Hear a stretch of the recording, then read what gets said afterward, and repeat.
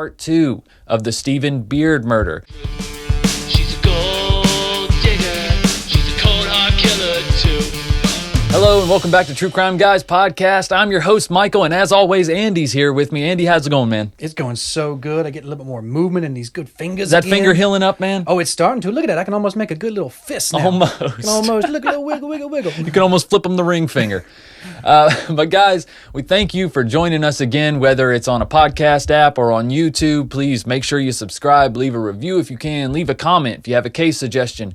But this week we are covering Part 2 of the Celeste Beard murder, the crazy love triangle that has basically become a cliche in true crime at this point. But when this case happened back in the 90s, whoa, it blew people's minds. Let's put it to you that way. It was actually the pilot episode of one of Oxygen's most popular series, Snapped. The pilot episode. So like I said in the first part, if they're using this story as a pilot episode, they're really trying to make an impression. Yeah, they're trying to, and it does have everything that a good true crime story that needs. If they're going to use your case to start a new crime series, you've definitely made an impression somewhere. Exactly.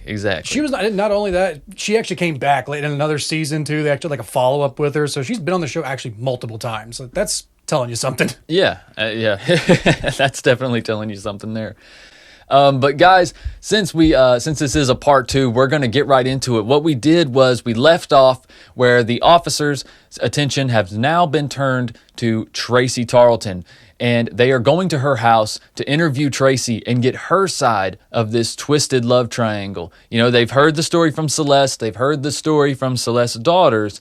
Now they're going to see what Tracy has to say. And oh my God, if you thought the story was done with twists and turns, you are wrong. She's a gold digger. She's a cold hard killer too. So the officers began to question her about the details of her and Celeste's relationship, right? But at first, she attempted to be quite coy. She admitted to the officers that the two women were, just friends. I mean, that's such like a casual answer, especially back in the 90s or something like that. It's like, oh, we're just friends. We're just friends. Just good friends that sleep together. With one investigator staying with Tracy to continue the questioning, another decided to walk around the apartment, as officers should do, in hopes that something might catch their eye. And in a very David Fincher-esque moment, the officer peeked into one of the back rooms and saw what could only be described as a all-out shrine dedicated to her just friend, adorned with candles and pictures of Celeste and the two of them together. It's like a scene out of Seven or something like that, man. That's the first thing I thought too. Just like the detective being like, one guy's talking all casually, "Oh no, I didn't know him," and that other guy just kind of peeks in the closet and like cover. Reminds me of Helga's shrine to Hey Arnold. Yeah. She's got bubble gum that she chewed on there, little patches of hair. Got a real football for the head. Real football. But after seeing the shrine, the officers shifted their questioning to the shooting of Celeste Beard very quickly, right? And strongly denying any involvement in the attack, police then asked Tracy if she happened to own a shotgun, which Tracy was actually quite happy about this. It's like she almost wanted to show off her shotgun because apparently it was a custom shotgun made just for her. I think, what did it have, her initials on it? I think something like that. It had like an engraving to it or something. But yeah, it had something like, engraved. Oh, hell yeah, I do. Yeah, I got a shotgun. It's badass. I've been waiting for you to ask me about my shotgun. So with Tracy apparently thinking there would be no physical evidence tying her to the shooting, she allowed the police to take the gun for ballistics. Yeah, check it out. Show your friends. Everybody always wants to borrow my shotgun. Right? And wouldn't you know it, Andy, just a few days later, the ballistics test came back with 100% match. She'd be called into the police station on October 8th for an official interview. It's all in the wording. They got to get an official interview. We just need you to come down to the station, fill out some paperwork, wear these handcuffs. What? Yeah, it felt like a very much Chris Hansen. Like, why don't you have a seat? Why don't you just come in and just have a seat? We just want to talk for a minute. Why don't you have a seat? That's all. No big deal. I was thinking it would probably be hard. I never really looked into ballistics on shotgun casings, but you would think it's got to be hard to match a shotgun pellet. You got to figure out a way to match the casing or the slug. Well, they're matching the casing, yeah. Yeah, because you couldn't match like the bullet. You couldn't have any rifling or any kind of markings. All the pellets would have gone. You're just looking at the scrape of the shell. Yeah, I was wondering how you would do it at first. I'm like, how are you going to match all those pellets that are in there? Oh, they can do it, man. They can do it.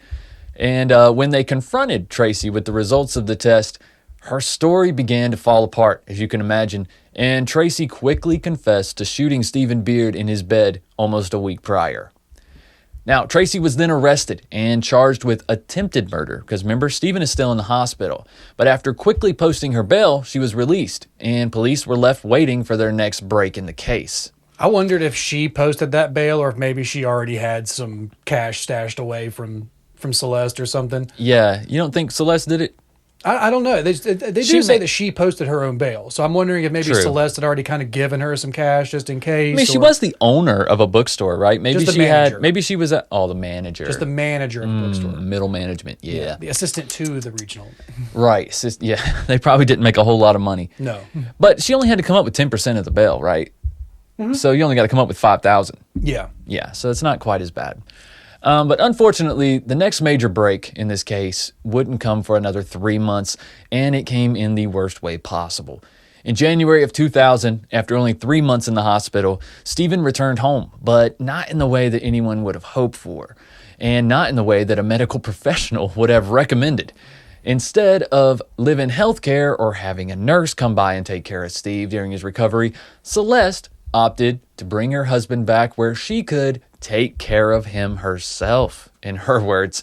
And she also stated that this is what Stephen wanted. Okay, telepathically, he was sending this to her. There's so much, so many of her statements are, it's what Stephen wanted. It's When what did he Stephen say wants. this? He told me. He's been unconscious for 3 months. Yeah, well, he Where is did he? wake up. He did No, wake up and get to go back. he wasn't but in a still. coma, but still, he's out of it, man. Yeah, this is a 70-year-old man who's having to have major abdominal surgeries, reconstructive things, Also- taking chunks out of him. He's not in clear head. He's not all there all the time. No, but I feel like unless he's just being drugged up in a ridiculous amount, I feel like he would still be able to confess his own ideas and like what he wants done with his life. Like why is she speaking for him? He was able to call 911 right after being shot. Mm-hmm. You know what I'm saying? Like you'd think he'd be a little more stable at this point. Maybe that was kind of one of the last times he was as lucid as he could have been. Yeah, I'm sure she had something to do with his current condition.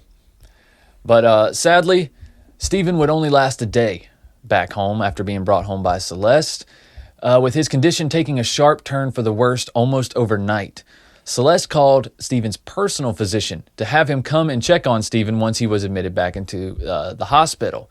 Despite his personal doctor stating that he didn't seem in a bad condition, Stephen was admitted by the hospital staff for a yeast infection.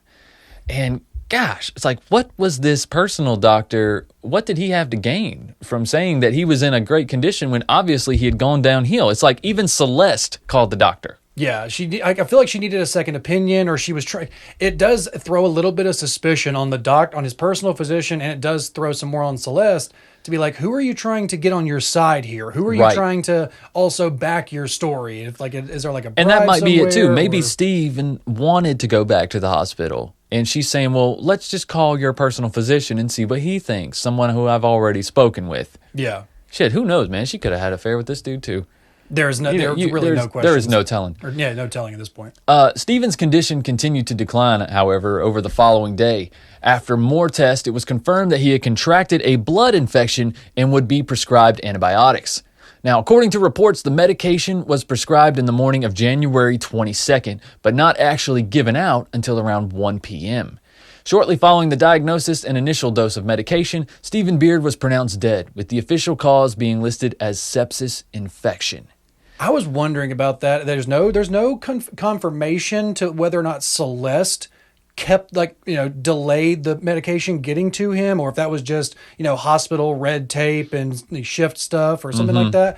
But it just throws one more little bit of suspicion to be like, is she dragging this out as long as possible? Right. Is she trying to prevent him from getting the medicine? Did they until it's bring too the late? medication in and she say something like, I'll give it to him, just leave it on the table. I'll give it to him when he wakes up. And then, hours later, the infection had already spread too far. Yeah, and some nurse or comes by and is something. like, you still Yeah. giving that to him yet? He needs to have that. Yeah, exactly. But once Stephen passed, Tracy's charges were raised to murder, and she was quickly arrested for the second time. Yet still, even after Stephen had succumbed to his wounds, Tracy refused to provide any sort of motive or reasoning for shooting him. That's got to be so Or frustrating. she Like, didn't yeah, I want did it. to. She didn't want to implicate anyone else. Yeah, but you just see be what like, I'm yeah, saying? I did it. Why'd you do it? No reason. Just because. I'm bipolar. Yeah, just because. It happens. Who knows? But with Tracy now incarcerated and Stephen's funeral now in her rearview mirror, Celeste began to let her guard down. Maybe a little bit too much. Oh, yeah. A bit, that's an understatement. Yeah, a little bit too much. Because guess what? She started spending again hard this time. She hired a new personal assistant and began taking luxurious trips and even liquidating what real estate that Stephen still had to hopefully help cover some of the cost of her new life that she had planned for herself. Because if you still don't have enough money for your life at this point, yeah, how much have you already blown through that fortune if you're trying to liquidate his real estate assets after this? Like, I'm sure he left a lot to his children too. I'm sure, what I'm saying, in the will, I'm sure she didn't get the biggest chunk. No, his children got some. Her daughters were going to get some. So yeah, she had to figure out a way to get more for herself. Exactly. I mean, you want to spend 125 grand a month, man. You gotta really step up. Oh yeah. But all the while, she initially told friends and family that she was going to be away for a while due to her overwhelming grief. And she actually said she was checking into a mental health facility. Yeah. But what that actually ended up being was just a trip to Houston, for a rodeo, followed by a deluxe stay at a Louisiana casino with her newly hired assistant, who, by the way, would later testify against Celeste in her own trial. More on that in a bit. Definitely helped put her away. But in just 5 months after Stephen's passing, Celeste would find love again. Wouldn't you know it, Andy? She's just such a lovable person. I mean, good for her. That, like I said, that's silver lining. Everyone gets a second chance. I mean, what do you expect her to do? Just live in sadness her whole life? She's young. She's a catch, Michael. She is an absolute catch. A newly single gal, a couple $1 million in spending money. What's a 41-year-old bartender not to love? Am I right, Andy? Oh, absolutely. I did like her. Like the new guy's name was like Cole Johnson. I feel like she just picked a guy with the last name Johnson so she could just go back to the... Sounds like a pop country artist. She's like, I don't want to have to go through the paperwork of like changing it back. So if I can just marry somebody, it's quicker I'm just going to marry another Johnson. There you go. But yeah, now she's ready to start her new life.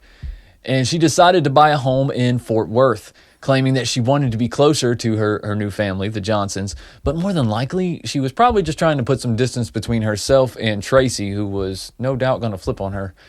Now, during all this time that Celeste was out living it up, Stacy was meanwhile waiting patiently behind bars for the help that she had been promised.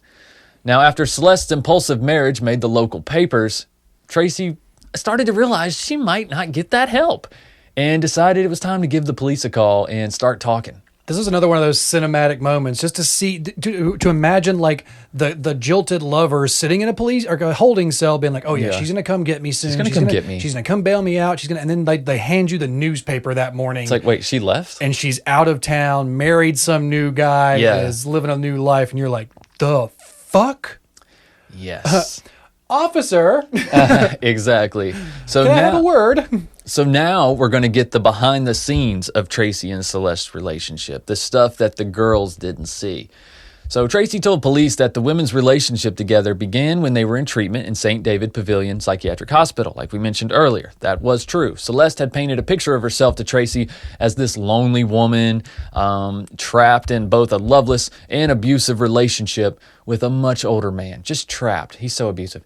Once out of treatment, the women continued to further their relationship behind Stephen's back, of course, and would stay over with each other multiple times a week.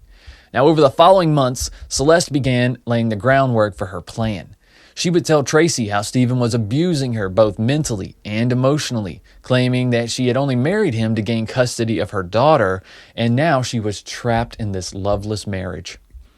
She's saying that she used him, but now he's holding it. She's openly saying like, "Oh, I was only using him for this," but now he's like holding that against me. Exactly. Like, wait, are you mad at him for that? I'm confused. And all he does is offer me $1 million. Man, he just keeps getting me money. Seriously. What the hell? And she also told Tracy that Stephen had become psychologically draining to her and that she was spiraling into her depression. She would even claim, she's preying on Tracy's weaknesses and feelings at this point by saying that like my mental state is getting worse. That's where you really get Tracy's goat, right? That's how you get her on your side, because that's something Tracy can relate to. Mm-hmm. So, amongst all of this stuff, if you tell her like, "Oh, he's making my depression worse," now Tracy feels like she needs to save her. Yeah, like I said, that trauma bonding they had done, they both feel like they can both connect on this. Oh my God, my mental health is failing. I don't know what's going to happen. I'm getting so low. So yeah, it's very much like she's painting this broken picture of herself. Exactly. She would even claim that Stephen had physically attacked both her and her daughters over the previous year, which was absolute bullshit, and that she was terrified of what he might do if she left him. I don't know, live his life in riches and go back to the country club, get a new waitress. Yeah, exactly. Yeah, it's absolute bullshit. All the while, Steven's like playing golf and like reading a book by the pool or some shit and just giving her money and credit cards. Yeah, I mean, they say that Steven's not an ignorant man and he's not oblivious, but there are a few points in this case where you have to look at Steven and go, dude, like what? Like when they talk about there was like multiple other failed murder attempts, like this man would like just kept falling asleep really early and waking up, not remembering anything and being wow, that one drink just knocked me out. Why is this plastic bag here? Like it just like there's a few things where like Steve, come on. Like, right? Yeah, exactly. Yeah, we'll talk about that here in just a second. But so Tracy, feeling protective and sympathetic for her new lover, she agreed that she would help Celeste get rid of her abusive husband, and the two women began formulating plans to do so. Tracy would tell police about multiple attempts, as Andy alluded to kill Stephen before the actual shooting took place, with Celeste attempting to both poison her husband's food and even one instance where after being rendered unconscious by alcohol and sleeping pills, the two women attempted to actually suffocate him with a plastic bag over his head.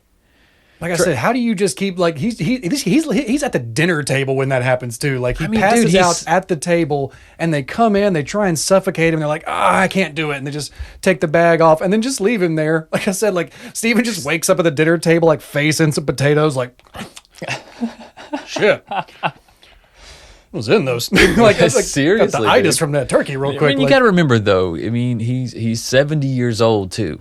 Oh yeah, right? I mean I do get that, but like I said, there's a couple of times you're like, Steve, I know you're not oblivious, you're not ignorant, but yeah, take a look around, my man. Yeah.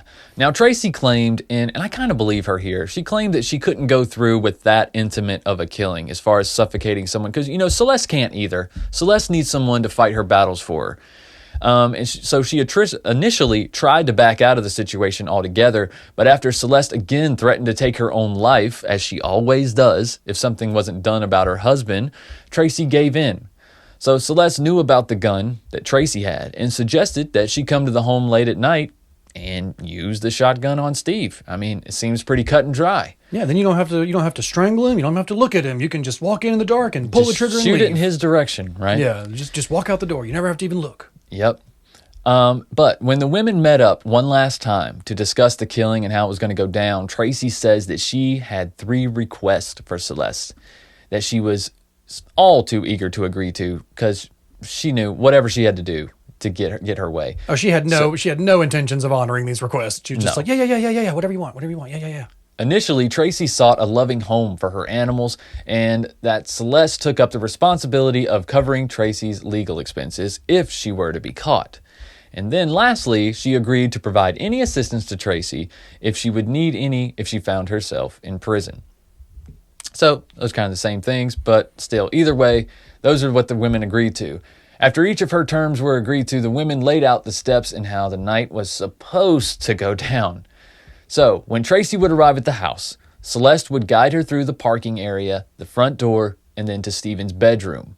Tracy made sure to tell Celeste about her shotgun, emphasizing that the spent cartridge casing would be discharged onto the floor.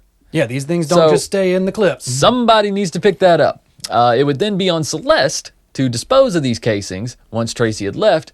Moreover, Tracy insisted that Celeste had given her word about waiting to call 911 in case Stephen didn't die after the initial blast. I mean, she did actually keep her word on that. I mean, she didn't call 911. No, Stephen did on his own accord. Yeah, luckily Stephen had like a bedside phone back in the 90s where you had that. Like some people had a bedside phone, and he was able to just reach over and call 911 himself. But yeah, he probably would have passed right there in the bed if he didn't have the strength to call 911. Oh, seriously. Yeah, he was going to lose enough blood because I don't think, if she didn't hear the shotgun and he wasn't able to call for Christina, I don't think Celeste is going to come help him.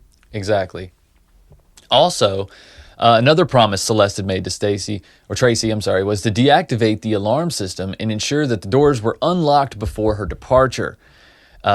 Just like the findings at the home that morning. So that was confirmed by police. She did do that part at least. Now, for the most part, everything did go almost to plan. But unfortunately for Tracy, Celeste wasn't as thorough as she hoped she'd be, since obviously the shotgun shell had been recovered by police at the scene. Tracy knew that Celeste had either missed it during all the chaos, or more likely, she just left it there on purpose. Yeah, I mean that's the only physical evidence tying somebody else to the crime. It solves all of her problems. Yeah, what if the police just happen to find that? This woman is literally faking a lesbian relationship to control Tracy. Mm-hmm. Oh my gosh, why do I keep saying Stacy? I don't know if she's faking a lesbian relationship. She may have been bisexual or did have relationships with men and women, but she was yeah. But Andy, as soon as she got what she wanted from Tracy, she immediately went back to a man. Dude. Yeah, she was faking the emotional connection. She was faking the emotional relationship and this I need you. We are inseparable. Well, she always did that. Yeah. So she may have had like I said, bisexuality or bisexual relationships. But the love that she was saying that she had with Tracy, that was complete fabrication. Right. Yeah, and she'd confessed to police that the two had continued to stay in contact with each other after the shooting, and even offered up another bit of damning information against her former lover, Celeste.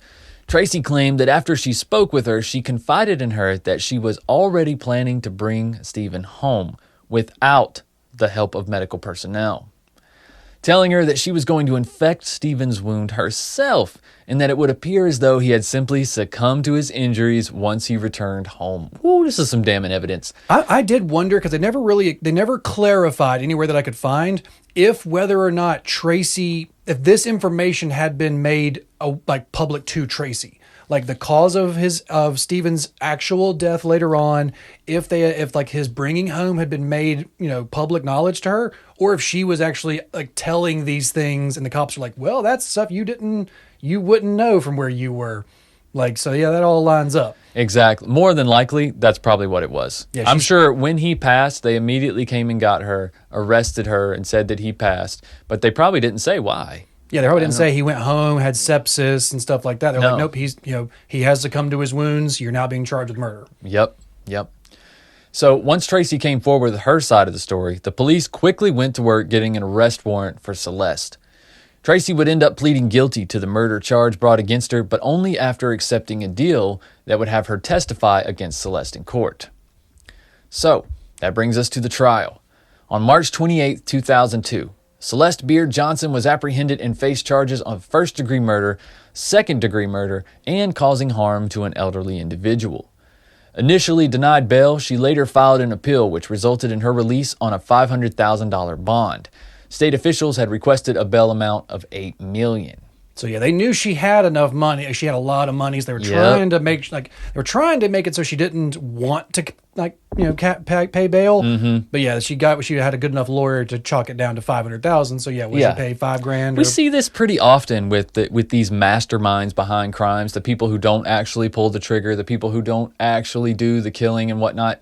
A lot of times they will get slapped on the wrist with a easier bail. I guess because they think, the spotlight's on them now. These people don't have the guts to commit these crimes. It's not like releasing a serial killer on bail. Yeah. Someone who has the compulsion to kill and hurt people, right? You're releasing somebody who is, they're like an instigator. They're a behind the scenes type person. They have to fool people to work for them to get what they want. So sometimes the bail will be set lower because they themselves are not such a danger to society, I think personally. Yeah, as like a manipulator. Yeah. So now with her trial set to commence, Celeste would not only have to face the testimony of her former lover, who she left holding the bag, but also the testimony of her recently employed personal assistant, and even more devastating still, her two twin daughters. And one of them don't like her. Her personal assistant's testimony is genuinely pretty funny to me. We'll get to that in a little bit. Yeah. But yeah, her personal assistant, I kind of want to give a high five to, but we'll get to it. So during the trial, the prosecution depicted Celeste as a manipulative gold digger. I think that was pretty easy to do. Yeah, I don't think that was a hard That was not a hard sell. But yeah, motivated solely by financial gain. I would totally agree. As her out-of-control spending habits strained her marriage, she began an affair with another patient who also was in a vulnerable state. Then, convincing her unstable partner that the only way they could ever live happily ever after was if her current husband was out of the picture completely. Yeah, they pretty much nailed it. I mean, the prosecution didn't even have to lie. Yeah, was that a rough draft? You guys just pulled out of your ass? Or did you guys did you guys read our presentation? That's pretty good. That's pretty good, actually. And when Tracy took the stand, she retold the same story that she laid out to the investigators during her confession, almost word for word. I believe Tracy. I really do. She even told the jury about the pair's plans to move out to the family's lake house once Stephen had been taken care of. Like I said, Celeste loved that lake house. Mm-hmm. That was her retirement plan. She was like, or that was her idea. She was like, if I can just get that lake house, that might be where I can just settle down. Exactly. And as damning as it was for Celeste, for the jury to hear Tracy paint her in such a cold and heartless tone, it was nothing compared to her daughter's testimonies. Not only did the two women defend their stepfather, they both supported multiple parts of Tracy's story as well. Both twins testified that Celeste openly displayed her contempt for her husband whenever he wasn't around. They each claimed to have witnessed her replacing Stephen's vodka with Everclear and her adding sleeping pills to his dinner, as Andy alluded to earlier. Ooh, that's that old school Everclear. That's like that damn near moonshine Everclear. Oh, yeah. That's that old stuff where you're like, I can start my car with this, actually. Yeah. Could start any kind of fire with that. They knew their mother's actions were wrong, but due to the fear of retaliation from her, they kept their mouths shut. Yeah, they're seeing their mother attempt to kill their stepfather. What's preventing her from doing it to them? It was even revealed that throughout 1999, Celeste had secretly been seeing one of her ex-husbands behind both of her partners' backs. But it didn't get past Christina. Christina had audio recordings of her mother even, ones that she recorded when her mother had checked back into the hospital, in hopes that when she played them back to her, she would realize how crazy she sounds. Unfortunately for Celeste, those recordings not only bolstered the prosecution's case, but it clearly laid out her further plans to try and have Tracy killed as well. After one particular recording was played to the court, they were able to hear Celeste say, "I hired someone to kill Tracy." Like I said, the reveal after like every single time someone talks, they're just like, she's relentless. It's like a group just the whole jury every time. Every time. She's like the chameleon killer. She really is. I did think about that ex-husband kind of coming back in. It almost made me have like the slightest suspicion that she was trying to have two like possible like outs. Like if I can't get Tracy to do this for me, right, maybe I can convince my ex-husband to do this for me. Exactly. I can convince one of these two people to do this for me. She needed somebody to do her dirty work for her. Mm-hmm. That's a fact. And testimony from her former assistant would show how brash Celeste had started to become with her plans to, quote, get away with murder, going as far as having multiple conversations and even sending her money for the explicit intent of hiring someone to take Tracy out. I want to talk about that just for a second because her assistant, this seems like almost like she was trolling Celeste at first just to see how like, are you serious? Because her assistant was like, they were having a conversation at the casino and her assistant's like, I mean, yeah, you can have anybody taken out for the right price. And Celeste is like, well, like how much? Like if I gave you like $500, do you think you could find somebody to do that? She's like, yeah, totally, sure. And she just like took the $500 and a few weeks later, she's like, have you any luck on that? No, I probably need some more money to probably get somebody to really I'd have been like, more like 5,000. She did. She was like, I need probably like, she had like 3 increments of like $2,500. And then they just kept going on. She's like, have you found anybody yet? She's like, no, I don't think anybody's biting at this price yet. And she ended up paying her like $7,500 in cash. And then her assistant just took the money and was like, God, you fucking idiot. Wow. By the way, it's never that cheap to kill somebody. It is a professional hitman. You're not getting a fucking deal. Okay. Right. Not getting it. You're not finding them on Craigslist and you're not getting a deal. I don't care how good of a negotiator you are. Do they have a Black Friday sale? Yeah, there's not you don't have a coupon for Cyber hitman. What if you hit on Cyber Monday on the dark web? Yeah, right. Cyber Monday. Small Business Day, Business Monday. Exactly. Tax-free weekend, something like this. I don't know. I have no idea. But following a 6-week trial involving more than 100 witnesses, the jury ruled in favor of the prosecution and pronounced Celeste guilty of capital murder and injury to an elderly individual. So she basically got charged with everything she was convicted of, and Celeste will not be eligible for parole until 2042, when she would be an old lady herself, 79 years old. Maybe when she gets out, somebody will injure her. I don't think she's probably. I feel like she's probably not getting out, but nah. Yeah, because like Tracy was given 22 years for the participation, but she was actually released after like 11 years of minimum service. And after that 11 years... Tracy was released after Tracy 11 was years? released after that, yeah. And it was because of the fact that, like, I don't know, man. I don't the know how I feel trial about that. They painted such a good picture to show how Celeste had manipulated Tracy so badly. And Tracy was, like, she was a bipolar, mentally, like, not mentally ill, but she had expressed problems with her mental health. And she was very easily manipulated by this woman who she believed, like, loved her more than anything in the world. Like, was her soulmate. So when, like, Celeste got charged with these crimes, Tracy got kind of off for testifying. She got offered a deal. She got to testify and give all the information.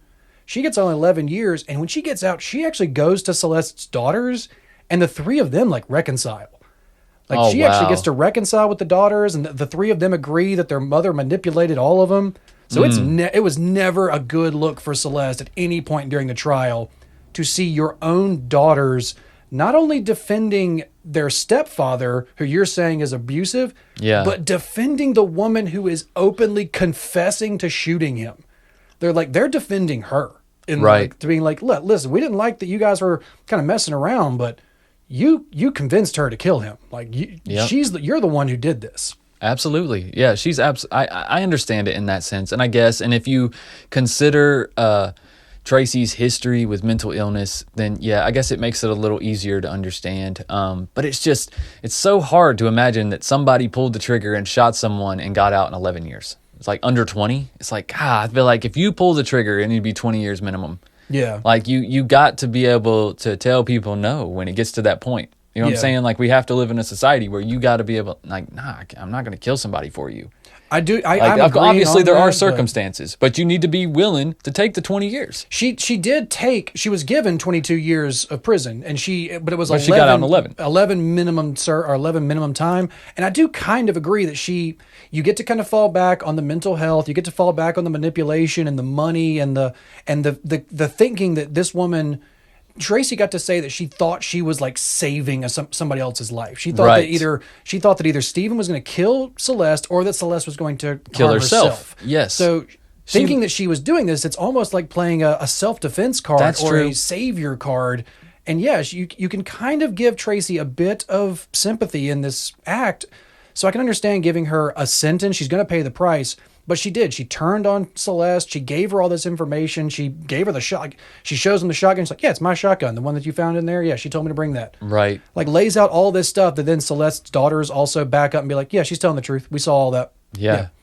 So, I can understand the cops being like, yeah, we know that you messed up. We know that you pulled the trigger. You weren't, strong enough in a sense to, like, say no when it came down to the wire, but you were strong enough to then come to us and turn on this woman to tell us who really did the stuff. She did genuinely seem like she was trying to make a better life for herself, and I think she thought that she was going to be able to start over with Celeste, and they were going to live happily ever after once this seemingly abusive person was removed from their lives.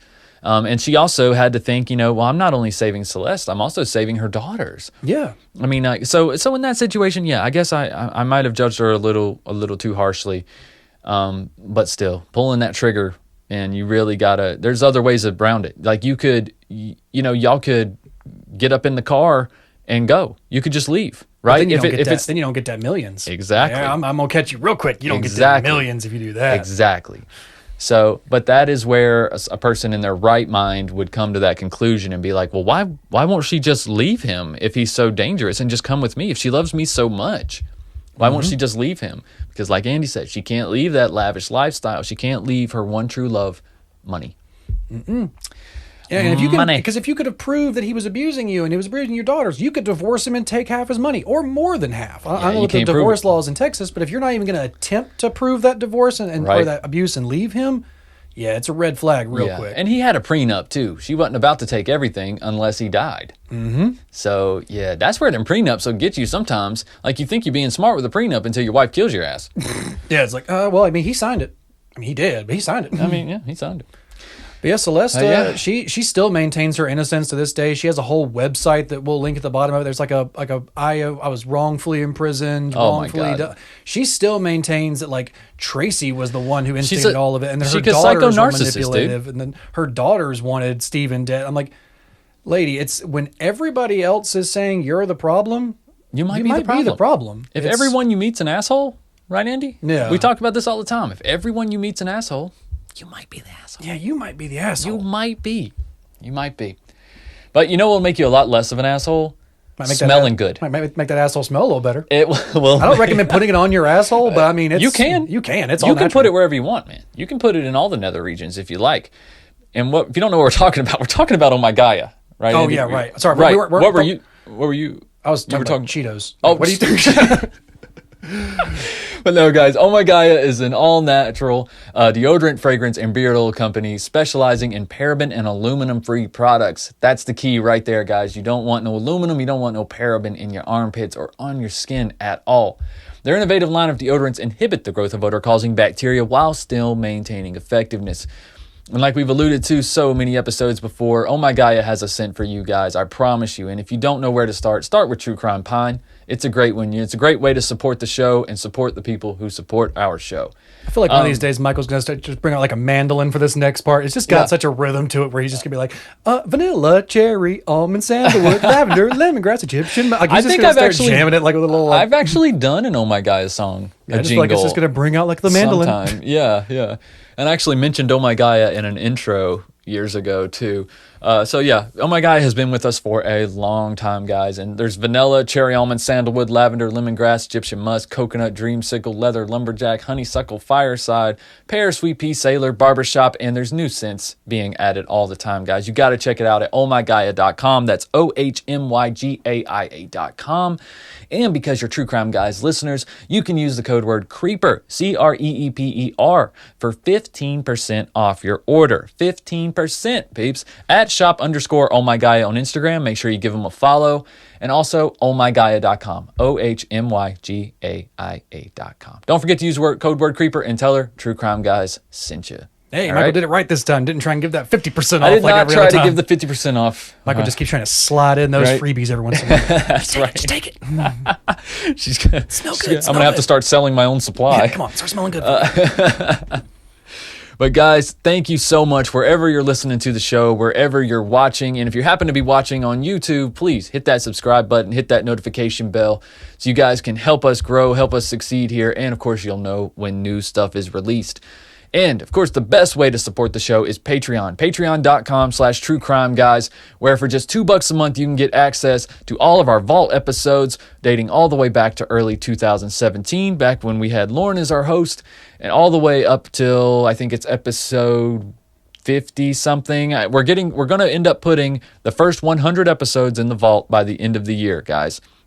So check those out. But if you miss them and they're already in the Vault, if you want to hear the first 50, you can check that out for just $2. There's also a $7 free trial on Patreon right now, which will be ending at the end of the year. January 1st, we will no longer be doing 7-day free trials, guys. So just a warning now, you can jump on there now for 7 days on the $2 tier, but really, the treats are on the $5 tier, guys. $5 a month, you get access to everything we make here at True Crime Guys Productions. And all of our catalog now is divided into collections on Patreon. So you don't have to scroll through this endless list of random content that you're not ready to listen to. If you want to just go jump on there and listen to all the True Crime Guys Patreon exclusives, you can. They're all together in a list. You can listen to them in order, month after month. If you want to listen to Strange Shorts, with myself and Andy. If you want to listen to Just the Banter, there is nearly 100 episodes of Just the Banter with myself and Lauren, a few with Andy as well. Every show we've ever done, Higher Thoughts, Sandu Stories, the whole collections are on Patreon. Patreon.com/truecrimeguys. I guarantee you it's entertainment for a long time. You want to ignore some family members over the holidays? Get on Patreon. There's tons of content for you. Or you want to keep some family members out of your hair for the holidays? Give them a subscription to Patreon. Give them a subscription. There you Sign go. them up for patreon.com. Send them a link to it. Keep them out of your hair for the holidays. Use their credit card. Just put grandma with some noise-canceling headphones in, sit her in front of the fire, just leave her alone. Boom, boom. We'll charm the pants right off of her. That's right. That's right. We'll do our best. All right, guys, but that's pretty much it for this crazy love triangle. I hope you guys enjoyed this case. Like we said, there's many documentaries and whatnot on YouTube. They're all linked below in the sources of this very episode. You can check out that Oxygen show as well, Snapped. It was the very first pilot episode. And yeah, I think that's pretty much it. Everything that we've mentioned, guys, there's links right below the description of this episode, including sponsors, Oh My Gaia, TrueCrimeGuys.com, our YouTube channel, everything. All right, I think that's pretty much it. Guys, we will see you next week for another free episode, and then we'll be back on Patreon after that. You got anything, Andy? I don't think so, man. I'm ready to get out of here. Put my jacket back on. All right, man, let's chill out. Another week in the books. Guys, until next week, just keep on creeping. Tally ho.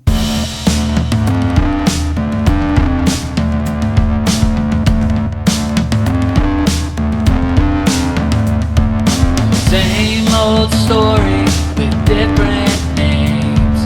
She was in her 30s, he was twice her age.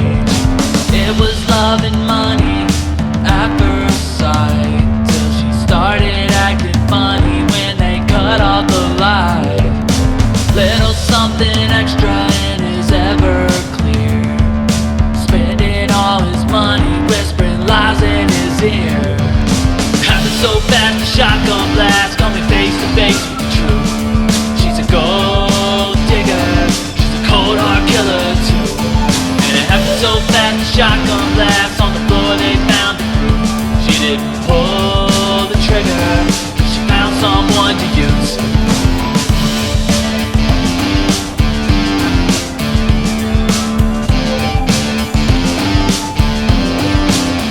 Another love, another victim. She took what she could. When she was through with them, it was understood. All the lies and secrets, like guts on the floor. Here's my word, you can keep it, God knows what for. The truth won't leave her lips, she's too proud for that. All the money, all the trips are a thing of the past. So fast, the shotgun blast, coming face to face with the truth. She's a gold digger, she's a cold hard killer too. And it happened so fast, the shotgun